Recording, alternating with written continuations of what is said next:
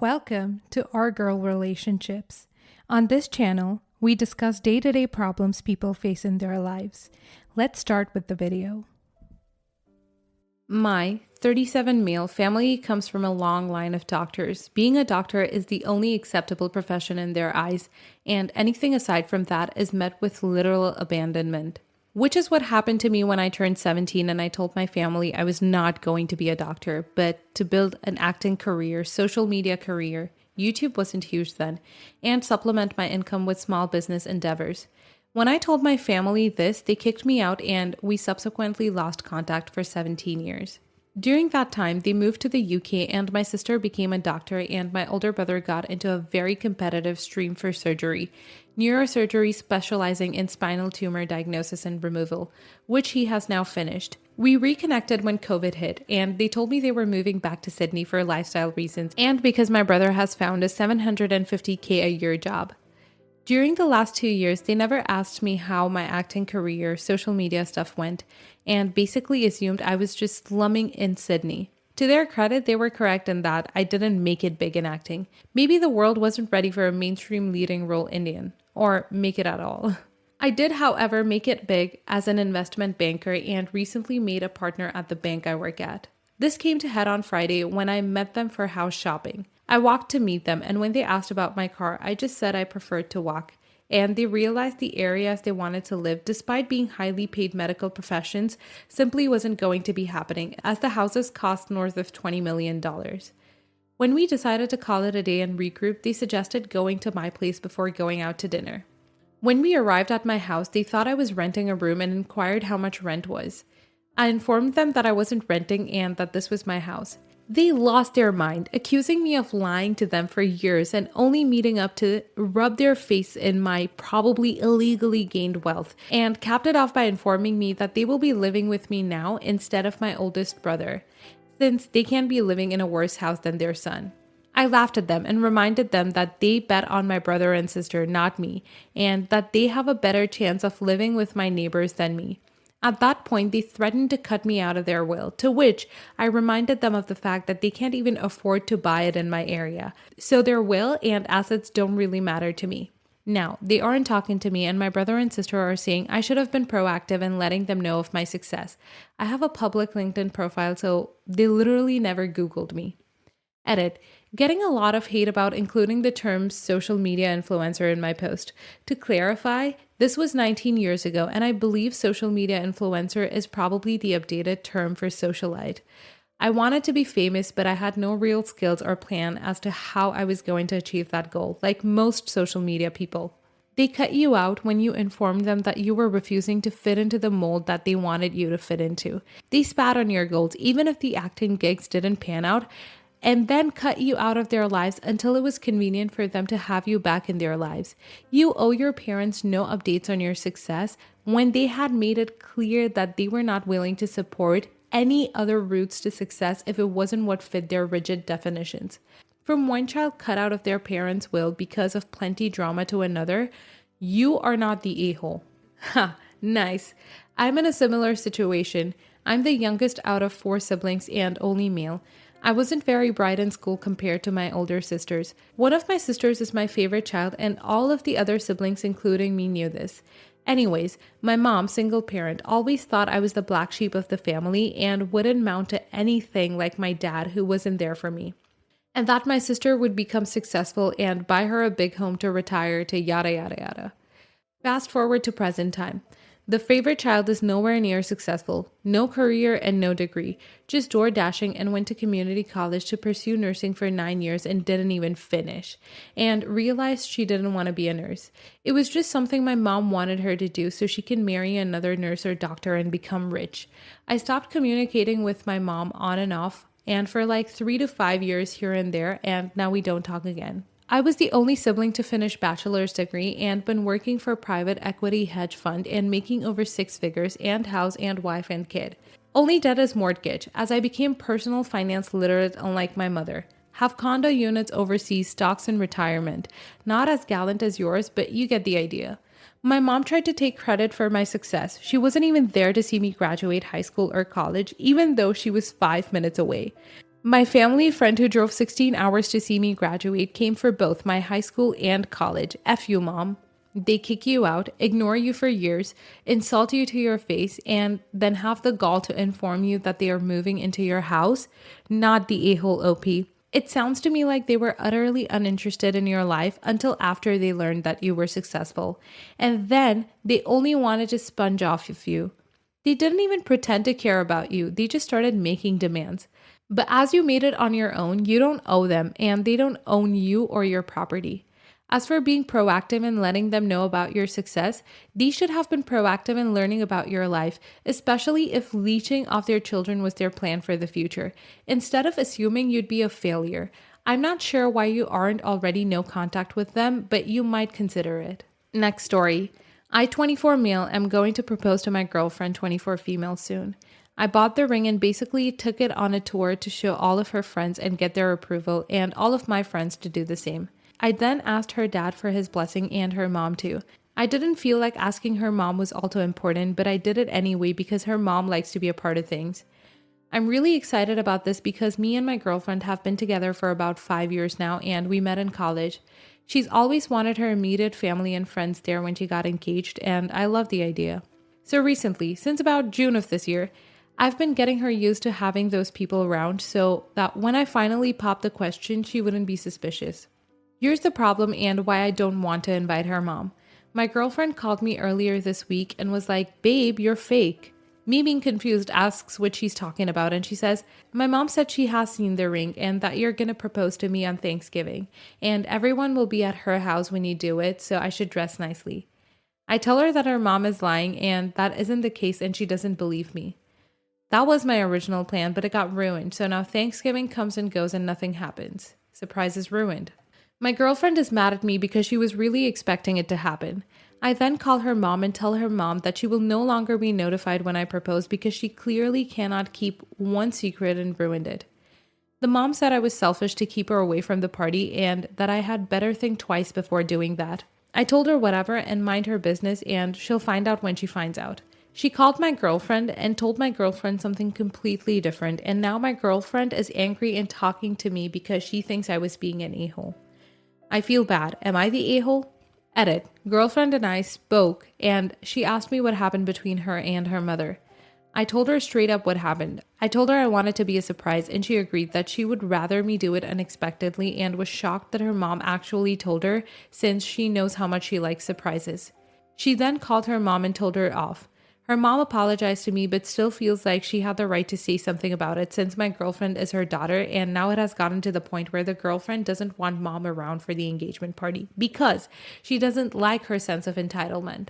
Her mom is now angry because she feels like I'm too stubborn and have brainwashed her daughter and is now not speaking to me. I'm now going to propose at our New Year's Eve party when we watch the ball drop. Edit 2. I'm in no way sexist. The reason I said asking mother-in-law wasn't important was because when my girlfriend and I talked about marriage, she always told me that asking her mom for her blessing was irrelevant and that I only needed her dad's blessing, just to clear that up. Not the a-hole. Your mother-in-law did something that was extremely disrespectful to yourself and your future wife. She selfishly stole what was meant to be a beautiful moment between you two, and in doing so ruined everyone's efforts over the last 6 months. Something to consider, though, is how your future wife will feel about excluding her mother from this important moment. That is, do you think it will ruin the surprise in your girlfriend's memory, etc.? Maybe alternatively, just don't tell the mother-in-law or anyone else who might tell that you're proposing the day you decide. That way she can be there without an opportunity to ruin the moment. Something else to consider, how close is your girlfriend and her mother? Once you're married to your wife, you absorb her family, including any quirks and bad behaviors they may have. So ponder if this is something you could deal with for several decades. Not the a-hole. Your mother-in-law should not have blabbed. However, I'd like to make the distinction now that while I don't think you're the a-hole, your reactions have unfortunately made things harder for you and your girlfriend. You can't have a surprise proposal anymore. Yes, it was your mother-in-law's fault, but now you must adapt or accept. Since you didn't propose at the expected time, your girlfriend is angry at you. Will you propose to her when she's done being angry? How long will you wait? And how will she be done? When do you propose? After you propose and tell her your side of the story, how will your girlfriend react? Will she also be mad at her mom to the point where she agrees about your decision? What if she doesn't agree? So are you prepared to have her angry about that in the future? I don't think mother-in-law should have been loose-lipped in the first place. She was the one who got you in this mess. But this is a rock and a hard place situation for yourself. And what matters now is your girlfriend's happiness and how these future events that'll play out will affect her. I strongly hope you guys can reach some compromise because you both deserve to be happy over this occasion. Everyone sucks here. You wanted a surprise proposal, then told a bunch of people. Your mother-in-law couldn't keep a secret. Then when she blabbed, you didn't do the straightforward thing and confess to your girlfriend. Yep, that's what I was planning. Do you still want me to do it even though you know? Or should I wait and surprise you another time? Instead, you lied, said you hadn't been planning the Thanksgiving proposal when you actually lied, and let your girlfriend get her hopes up and be disappointed. Surprise proposals aren't worth all the stress. Next story. We hosted Thanksgiving at my place. My brother, his wife, and their almost 4-year-old son were among the guests. As people were leaving, my brother asked if my nephew could take home one of my 2-year-old son's toy trucks. My nephew had been playing with it nonstop since they arrived and wanted to keep it. My brother said that he'd replace the toy if I told him where I got it. I told my brother that I'd be happy to give him a link to the store where I bought it, but I would not give him the toy then and there. I refused for 2 reasons. Firstly, my brother's sister-in-law has a terrible habit of giving my nephew everything he asks for. He's way too old for that. Secondly, I don't want to reinforce to my nephew that it's okay to just take things that he wants. My brother said that my nephew would throw a tantrum if he didn't get the toy then and there, and that everything would be easier if I just let him take the toy, and get sent a replacement in the mail. I told my brother that I would not be an enabler for my nephew's bad behavior, and that it's my brother and sister-in-law's problem if he throws a tantrum. Of course, the inevitable happened. My nephew started shrieking inconsolably at the top of his lungs, and my brother, sister-in-law, and nephew had to leave. Later that evening, I got an angry text from my brother saying that my nephew screamed his head off for the entire 3-hour car ride home and only stopped screaming after he literally passed out from exhaustion. He said that the tantrum was my fault since it would have been completely avoided if I'd just given my nephew the toy, and accused me of backseat parenting, since in his words, it's not my place to set an example for his son. My wife thinks we should have just handed the toy over to make things easier, especially since our son has a ton of toys and is not particularly attached to that specific truck, and would not have noticed it missing for just a couple of days.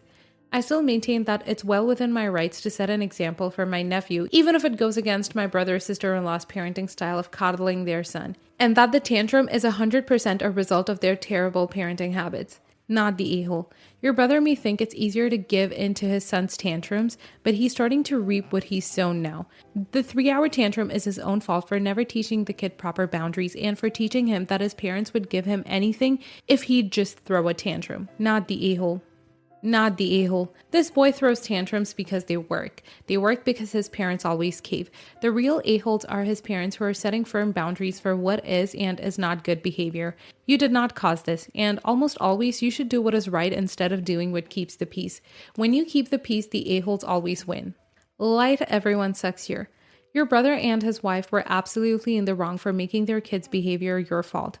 Nephew's behavior is not your fault, no matter your decision about the toy. Where I do think you're a little bit the a-hole is that you took this chance to berate your brother's parenting. You clearly have opinions about his parenting skills, which means you've seen this happen over the years and thus have had plenty of time to talk about it in a less charged environment. The end of a holiday meal where they're staring down the face of a 3-hour drive with a tantrum-prone child isn't really the time to give advice and have it be listened to and taken to heart.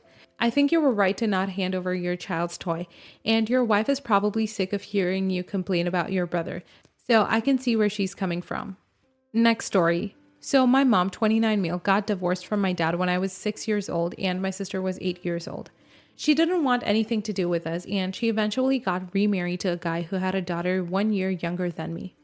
Our dad never remarried, and it was years later that we found out that she cheated on dad with the guy she married. But she got back in contact with us when my sister turned 18 and has been in contact with us since.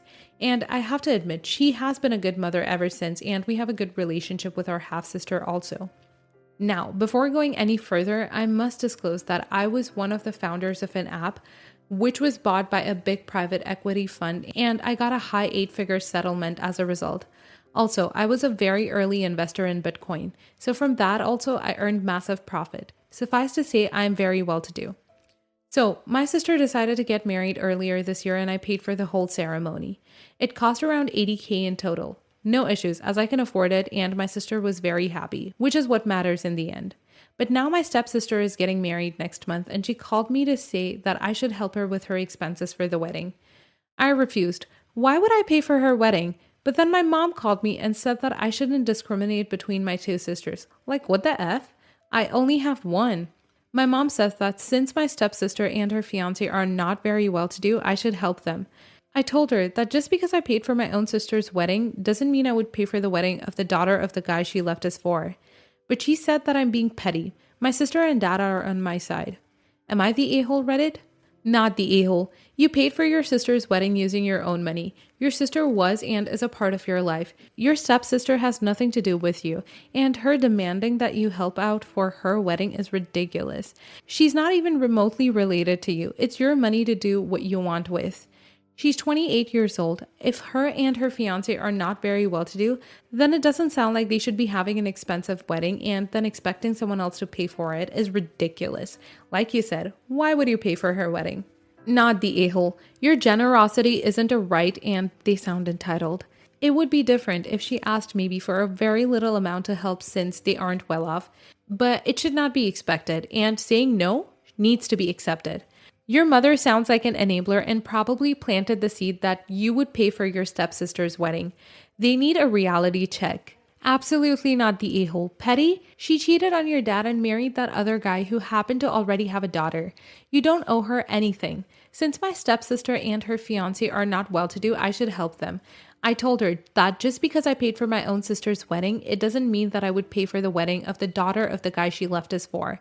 First, the stepsister and fiance can pay for the wedding they can afford or save for the one that is better. Second, with regard to what you told your mother, I don't think it could have been said any better. This is not even a child that your mother and her husband had together. It's from a previous relationship. Wow. The gall of the stepsister and your mother is astounding. Please, please, please do not back down. No one is entitled to your money, least of all a stepsister with whom you did not grow up, who has the guts to call and tell you that you should pay for her wedding.